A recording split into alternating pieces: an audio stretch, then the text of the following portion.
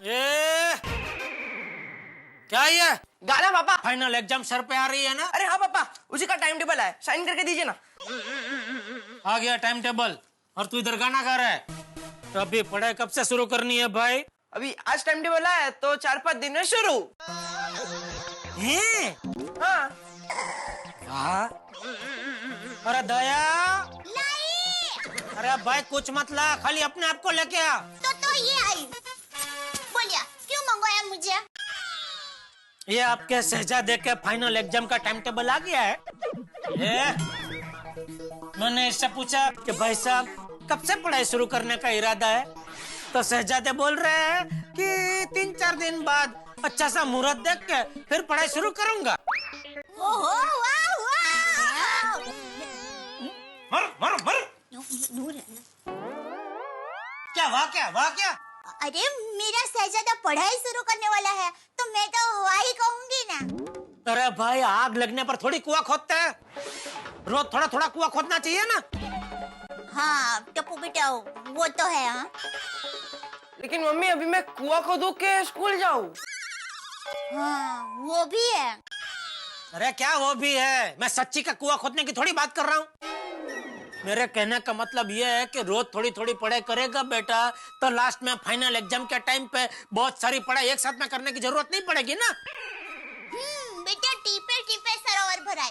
तो तुम्हारे पापा को ही देखो, थोड़ा थोड़ा करके उन्होंने बिजनेस शुरू किया और आज देखो धंधे को कैसे जमा दिया है। अरे हाँ पापा, धंधा कैसा चल रहा है?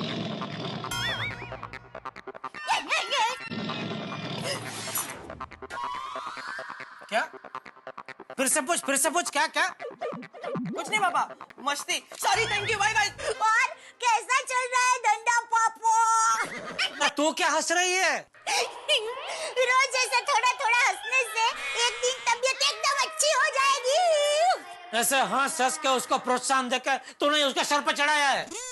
मैं उसको पढ़ाई को लेकर डांट रहा था और मुझे पूछ रहा है धंधा कैसे चल रहा है पापा। टप्पू के पापा वो मजाक कर रहा था। और देखिए टप्पू के पापा, अब आप बार बार टप्पू को ऐसे डांटिए मत। टप्पू अभी छोटा नहीं है, धीरे धीरे बड़ा हो रहा है। और एक बात शायद आपके ध्यान में नहीं आई होगी, टप्पू के पैर आपके पैर जितने बड़े हो गए हैं। हाँ पता है ना, कभी कभी मेरा जूते पहन कर निकल जाता है। तो इसका मतलब आप समझे? हाँ अभी मुझे अपने जूते संभाल कर रखने पड़ेंगे। ओहो नहीं समझे। चलो मैं समझाती हूँ। मेरा मतलब ये है कि आप और टप्पू अब समोवड़िया हो गए हैं।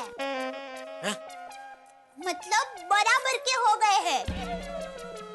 क्या मतलब, तू कहना क्या चाह रही है? देखिए मेरी माँ हमेशा कहती है कि जब बाप के जूते बेटे को होने लगे तब बाप को अपने बेटे को बेटा नहीं अपना दोस्त समझना चाहिए।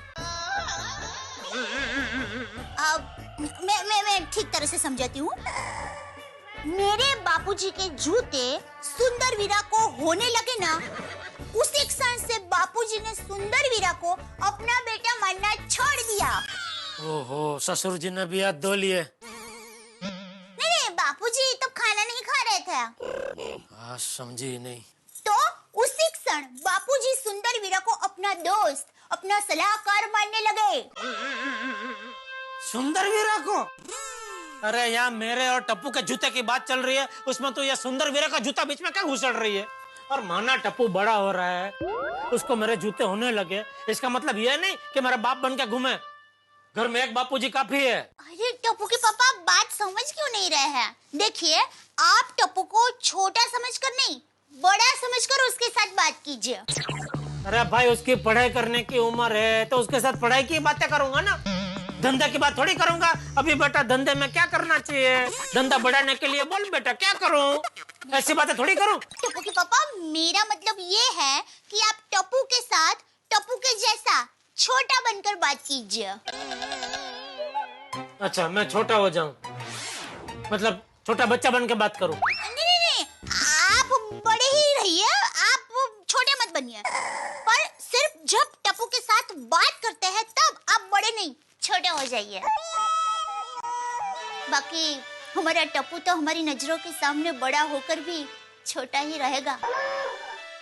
फिर भी आप टप्पू को छोटा मत समझिए, उसके साथ बड़े के जैसे ही बात कीजिए। अरे क्या बोल रही है तू? पहले तूने कहा टप्पू जितना छोटा बनकर टप्पू के साथ बात करो, कभी कहती है बड़ा बन के बात करो। पहले तू बड़ी हो क्या? ठीक है। अरे क्या ठीक है? अरे मैं तो बड़ी ही हूँ और आप भी बड़े ही हैं। मन में कोई शंका मत लाइए। लेकिन आपको टप्पू के लिए छोटा बनने में तकलीफ क्या है टप्पू के पापा?